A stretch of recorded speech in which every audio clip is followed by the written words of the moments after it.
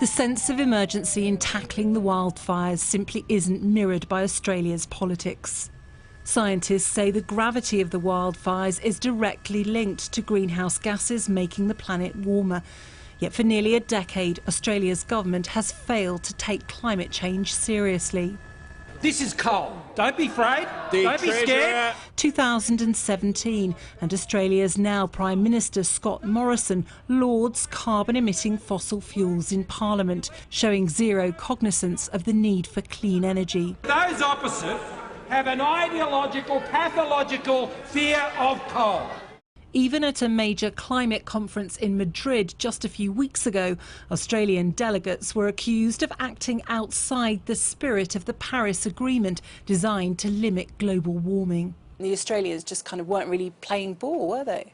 Bob Ward from the London School of Economics was an official observer at the Madrid conference and witnessed the Australian tactics firsthand. Australia was trying to insert a loophole in the rules that would allow it to get out of doing its full share of emissions cuts up to 2030 because it wanted credit for the fact that its emissions have not risen quite as much as expected by 2020. Australia's climate protesters say the government is clamping down on climate activism.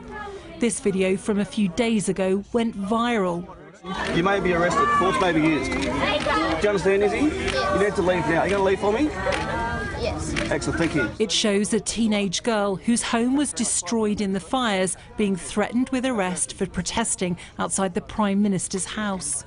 If we're truly serious about the fight against climate change... Jon Dee is an environmentalist for whom campaigning has been overtaken by survival. The bushfires are now raging within a kilometre of his property in the Blue Mountains. Many Australians around the country are incredibly angry with the lack of action on climate change.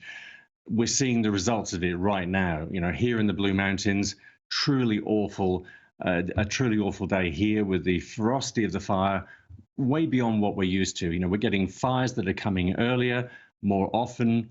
It just feels like the whole of Australia is on fire right now. Raging fires, fierce drought and record temperatures. A perfect storm of devastating conditions which might just force Australian politicians to wake up to their responsibilities on climate change. Lisa Holland, Sky News.